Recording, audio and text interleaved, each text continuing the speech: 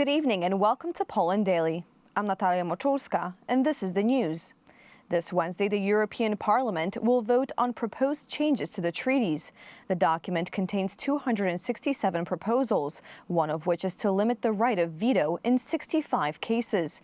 In practice, the elimination of the principle of solidarity will strengthen the position of Germany and France at the expense of smaller member states. European treaties define the details of how the European Union functions. It is their provisions that set the boundaries between what is decided by Brussels and what is the exclusive domain of member states. If the planned changes to the treaties are adopted, then member states will lose decision-making power in many areas, including foreign and security policy. The changes also propose that Brussels also take control of national finances, with the euro becoming a mandatory currency. Although the introduction of the changes is currently being blocked by some member states, MEPs from the Civic Platform and the left are in favor. Strengthening the European Union, a very dynamic international situation, and also the question of expanding the European Union to include new member states, such as Ukraine, in the future. The idea is that the EU should make key decisions, for example, in the case of imposing sanctions on Russia more quickly. Of course, this treaty change is a melody of the future for now. We don't know anything about whether it can be done, because I remind you that the unanimity rule is still in force for the time being. Introducing reforms to the EU treaties would mean abolishing the right of veto. Brussels bureaucrats would also gain a powerful leverage tool in the form of discretionary withdrawal of EU funds. Such a mechanism has been used against Poland, among others, by blocking funds from the Reconstruction Fund. But this is currently not covered by EU law. Based on the treaties that were negotiated at great length, it was established that we would be united in diversity and that the EU would be a union of sovereign and independent states. Areas for cooperation and competencies were indicated, which are exclusive competencies of the EU, and also the right of veto was indicated, and we must guard this right of veto. Jak również wskazane zostało prawo weta i my musimy tego prawa weta strzec.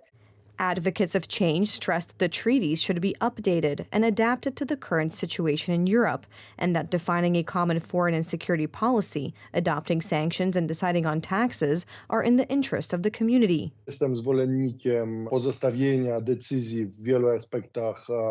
I am in favor of leaving decisions in many aspects to national countries, but I also see that the world is changing and more integration is needed when it comes to, for example, the economy, medical care, European border protection, and social policy. Ochronę granic europejskich.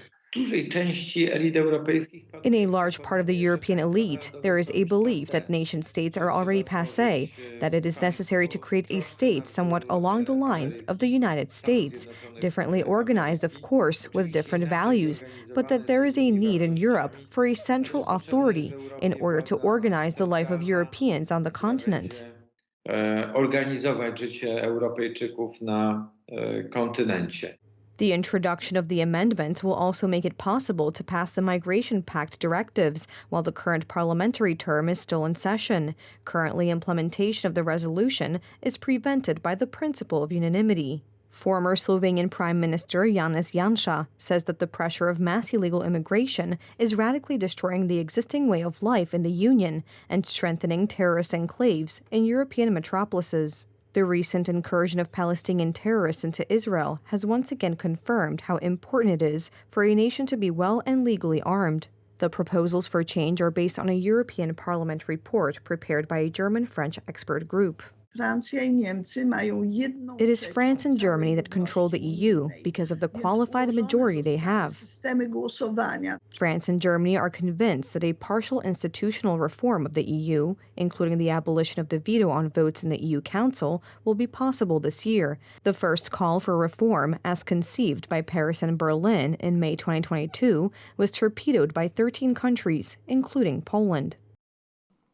The Russian army is gathering forces at Avdiivka. Despite the need for frontal assaults, the failure of previous attacks, and numerous personnel and equipment losses, the Russians are determined to capture the city. The Institute for the Study of War reports in its latest report. The heaviest fighting of the Russian-Ukrainian war is currently taking place in Avdiivka. The aggressor forces trying to encircle this city are constantly shelling it. Only a handful of civilians remain in Avdiivka. In March 2023, Ukrainian authorities estimated that there were still about 2,000 residents in Avdiivka and called on those people to evacuate. Reports by Russian military bloggers confirm earlier expert assessments that frontal ground attacks on heavily fortified Ukrainian positions in the Avdiivka area are extremely difficult and cause heavy losses on the Russian side. The Israeli military said on Monday morning that in the past 24 hours it had struck at least 320 targets in Gaza, including a tunnel housing Hamas fighters and dozens of command and lookout posts. Meanwhile, rockets were fired today from Gaza towards southern Israel. Smoke filled the sky in northern Israel today as well, near the border with Lebanon. Footage released by the Israeli Defense Forces show aerials of various targets hit in Gaza overnight. Israeli Defense Forces and the Israel Security Authority said that it destroyed sites liable to endanger the troops who are preparing on the Gaza periphery for a ground maneuver, as well as dozens of mortar and anti-tank missile launcher positions. Palestinian media reported that the Israeli attacks concentrated on the Gaza Strip's center and north. A strike on a house near the Jabalia refugee camp in northern Gaza killed several Palestinians and wounded others, according to media reports. As Palestinians await an anticipated Israeli ground operation into Gaza, the United Nations warned that civilians were running out of places to seek shelter. Plumes of thick smoke filled the Gaza skyline on Monday, October 23rd, as Israel bombarded the besieged Palestinian enclave with more airstrikes. Japanese aid packages arrived at a school sheltering displaced Gazans in Khan Yunis on Monday, after a third convoy of aid trucks entered through Rafah crossing from Egypt, bound for the besieged Gaza Strip. We don't want aid. We want to return to our homes. Enough with the killing of our children and slaughtering us. We don't sleep, neither during the day nor at night, due to the shelling and the misery we are living in. Enough. We do not have patience anymore. We are drained. We don't feel human anymore. Earlier today, Israelis at the border area near Lebanon packed their belongings and evacuated their houses. Israel expanded planned evacuations of communities on its northern front with Lebanon on Sunday, as cross-border clashes with fighters from Lebanese group Hezbollah have intensified since the war in Gaza erupted more than 2 weeks ago. The mother of 2 Israeli girls being held hostage in Gaza voiced her anger as she described how her children saw the rest of their family being killed. I have a lot of hope. I have faith. I demand my government, the army, to bring my girls back with all the hostages, the soldiers. I demand the world do it already, not sit in offices and talk and hold news conferences, to bring them back now. Video footage from southern Israel showed rockets being fired from Gaza on Monday. Israeli troops and tanks are now massed on the Israeli-Gaza border, but how soon they might launch a ground invasion aimed at rooting out Hamas was not clear. Fears that the Israel-Hamas war could spread into a wider Middle East conflict rose over the weekend, with Washington warning of a significant risk to U.S. interests in the region and announcing a new deployment of advanced air defenses.